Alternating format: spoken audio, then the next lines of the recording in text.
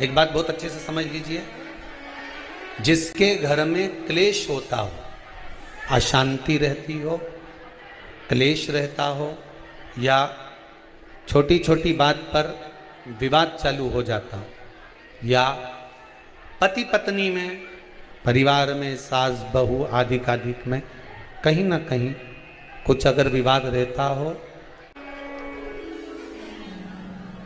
ऐसा बेलपत्री की डंडी रहती है ना,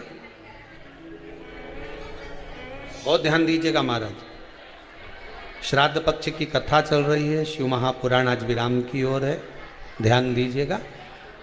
जैसे ये बेलपत्री की जो डंडी होती है, डंडी का जो भाग होता है बेलपत्री की, ऐसा बेलपत्री की 7 भाग ले लो, मतलब बेलपत्री 7 ले लीजिए। 7 बेलपत्र लेकर कच्चा जो सूत होता है ना, कच्चा सूत जो जानते हो पेड़ पौधे में माता लपेटती हैं, धागा जो होता है ना सफ़ेद कलर का कच्चा धागा, जो बड़ में, पीपल में और आंवला आदि में लपेटा जाता है, कच्चा सूत, उसको शंकर भगवान और माता पार्वती का स्मरण कर कर नंदी के, जो नंदी होता है, नंदी के राइट भाग में, नंदी का एक पांव ऊंचा होता है, आपने देखा होगा आगे का पांव ऊंचा होता है, बैठते समय नंदी का एक पांव ऊंचा, एक पांव नीचे की हो जाता है। तो नंदी का जहां पांव ऊंचा है, उस ऊंचे पांव के पास में बैठना है।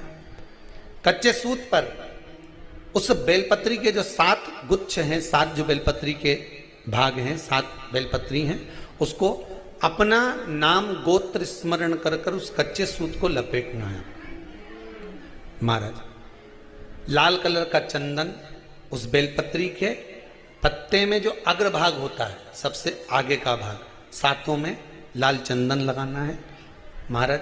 उस चंदन को लगाकर आप प्रदोष के दिन, प्रदोष काल में शंकर भगवान को समर्पित अगर करते हैं तो जिस घर का गोत्र बोला है उस घर में कभी क्लेश नहीं हो सकता, उस शांति का अनुभव कर, उसमें क्लेश नहीं हो सकता।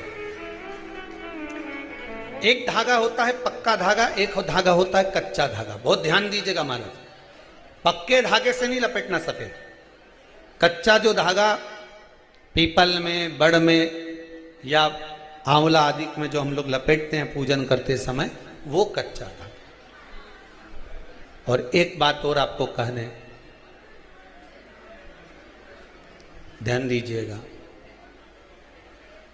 अगर मान लो किसी पति पत्नी का तलाक तक की नौबत हो गई और तलाक नहीं कराना है, आपस में वापिस प्रेम बढ़ जाए, छोरी वापिस घर में रहे, बेटा उसको रखे, बहू रहे, आपस में प्रेम बढ़े, वो भले मायके चली गई हो, वो भले लड़का छोड़कर चले गया हो, अकेली रह रही हो और चाहती है कि मैं पति के साथ रहना है, तलाक नहीं होना चाहिए, हम दोनों में प्रेम रहे, वो संभाले मेरे को भी और मैं भी आदर करूं, वो भी आदर करे।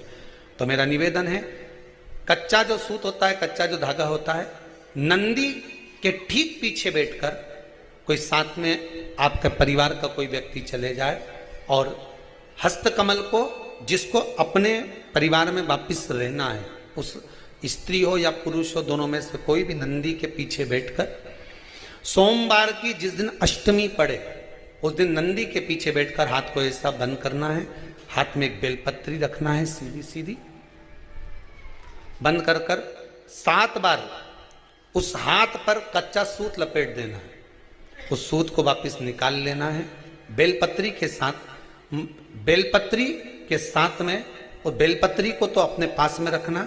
सबसे पहले माता पार्वती का जो हस्तकमल ऐसा होता है शिव मंदिर में, उस हस्तकमल में वो सूत जो आपके हाथ से निकला है वो उसमें डाल देना है, माँ जगत जननी से प्रार्थना कर कर, और जो बेलपत्री आपने संबंध को जोड़ने के लिए अपने हाथ में ली है वो शंकर भगवान के कटी भाग में, फिर निवेदन करूंगा कटी भाग को समझ लीजिए। ये शिवलिंग रखा है, जहां पर शंकर भगवान का शिवलिंग, माता पार्वती जी के हस्त कमल पर जो शिवलिंग रखा है, ये भाग कटी भाग कहलाता है। इस जगह पर जहां शंकर और पार्वती का मिलन हुआ है उस जगह पर उस बेलपत्री को रख देना। महाराज ज्यादा से ज्यादा 3-4 महीने लगते हैं, दोनों में वापस प्रेम बढ़ जाता है, दोनों एक हो जाते हैं। तलाक तक बात चल भी रही हो तो वो तलाक समाप्त हो जाता है। प्रेम, करुणा, आसक्ति, स्नेह बढ़ जाता है। संबंध टूटने की कतार पर एक बार माता पार्वती को समर्पित तो करो अपना संबंध कि मां अब तुझे नहीं भाना।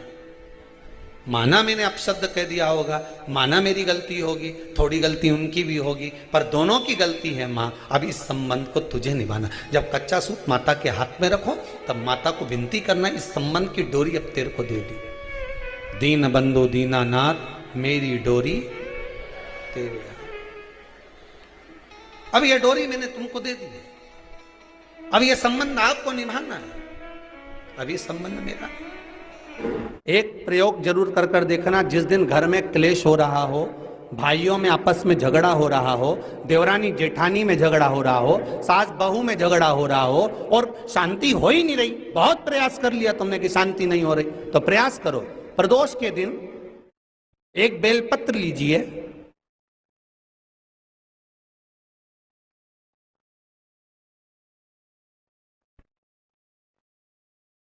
प्रदोष के दिन बेलपत्र लेकर अपना जो परिंडा होता है, परिंडा जानते हो, मटका, हंडा, जहां पानी भरते हो, पितरों का स्थान, उस परिंडे को बेलपत्र छुआकर उस बेलपत्र को शंकर भगवान के ऊपर जो जलाधारी होती है, उस जलाधारी में इस डंडी को अपने घर का नाम गोत्र बोलकर उसको डाल दिया जाता है। एक लोटे पानी में थोड़ा सा शहद मिलाकर उस जलाधारी में भगवान शंकर का भृंगेश्वर नाम लेकर चढ़ा दिया जाता है। शिव जी को चढ़ाया हुआ जल उस बेलपत्र को चढ़ाकर जाइए, कितना भी तेज झगड़ा हो रहा होगा, मात्र 10 मिनट के अंदर एकदम शांत हो जाता है, झगड़ा रह ही नहीं पाता। कितना भी झगड़ा हो रहा, मात्र 10 मिनट, 15 मिनट से ज्यादा नहीं टिक सकता। पत्र खाओगे शंकर जी के मंदिर की तो मुख में जीवान छार छार हो जाती है। बोलो सही है कि गलत? प्रतिदिन बेलपत्र खाओगे शंकर मंदिर की तो मुख में कई बार छाले भी पड़ जाते हैं। सत्य है कि गलत है? शिव महापुराण की कथा कहती है अति सर्वस्व वर्जते। आपको अगर बेलपत्र खाना है, हफ्ते में 2 खाओ, हफ्ते में 3 खाओ। मुंह में अगर छार छार हो रहा है, छाले पड़ रहे हैं, तो बेलपत्र को, शिवजी की चढ़ी हुई बेलपत्र को सुखाकर चूरा बनाकर इतनी सी चुटकी भर खा लिए, पानी पी लिया। लीवर गड़बड़ हो गया है, डायलिसिस चल रहा है, किडनी गड़बड़ हो गई है, डॉक्टर बोल रहा है कि डायलिसिस करवाना पड़ेगा, तो बेलपत्री के पीछे की जो डांट होती है, जिसको आप लोग तोड़ के फेंक देते, वो बेलपत्री के पीछे की जो डांट है, ये ब्रह्मा विष्णु महेश। समझ में आ रहा है आप लोगों को? बीच में जो डंडी दिख रही है आपको, इसके बीच में बड़ी पत्ती और 2 पत्ती के बीच में जो खाली जगह है, ये खाली जो डंडी है, इसमें 33 कोटि देवी देवताओं का स्थान होता है। किसका स्थान है? 33 कोटि देवी देवता। इसलिए बेलपत्र चढ़ाते समय बेलपत्र को इस जगह से पकड़कर समर्पित किया जाता है कि 33 कोटि देवी देवताओं का स्पर्श कर कर, ब्रह्मा विष्णु महेश का स्पर्श कर कर चढ़ाया जाता है। बेलपत्री के नीचे की जो डंडी होती है, ये 2 पत्ती से लेकर नीचे का जो भाग होता है, ये स्कंद पुराण कहती है, इसमें 64 योगनियां और मेरी माता पार्वती का संपूर्ण जितनी शक्तियां हैं, वो सारी शक्तियां इस डंडी के अंदर विराजमान होती हैं। इस डंडी के पीछे एक गोखरू होता है, जिसको माताएं तोड़ देती हैं। वो जो टूटा हुआ गोखरू रहता है, उसमें भगवान शंकर के प्रत्येक गण का भाव रहता है। इनका काम क्या रहता है? जब शरीर में किसी व्यक्ति के जीवन में जब दुख, तकलीफ या रोग बढ़ता है, तो वो गोखरू जो नीचे का रहता है, वो टूटा हुआ गोखरू अशोक सुंदरी वाली जगह पर चढ़ाकर हफ्ते में 2 बार उसको चबा चबा कर अगर खा लिया जाए तो डायलिसिस की जरूरत नहीं पड़ती, डायलिसिस छूट जाता है, लीवर और किडनी काम करना प्रारंभ कर देते। और अच्छे से सुन लेना, अभी की अभी घर जाकर शुगर की जांच करना, शुगर कितनी भी हाई जा रही होगी, बेलपत्री के नीचे का गोखुर टूटा हुआ अशोक सुंदरी पर चढ़ाकर खाकर 5 से 7 मिनट मुंह में रख लीजिए और उसके बाद शुगर की जांच कर लीजिए, शुगर लेवल में मिलना प्रारंभ हो जाए। बेलपत्री का जो सुख है वो जीवन का आनंद देता है।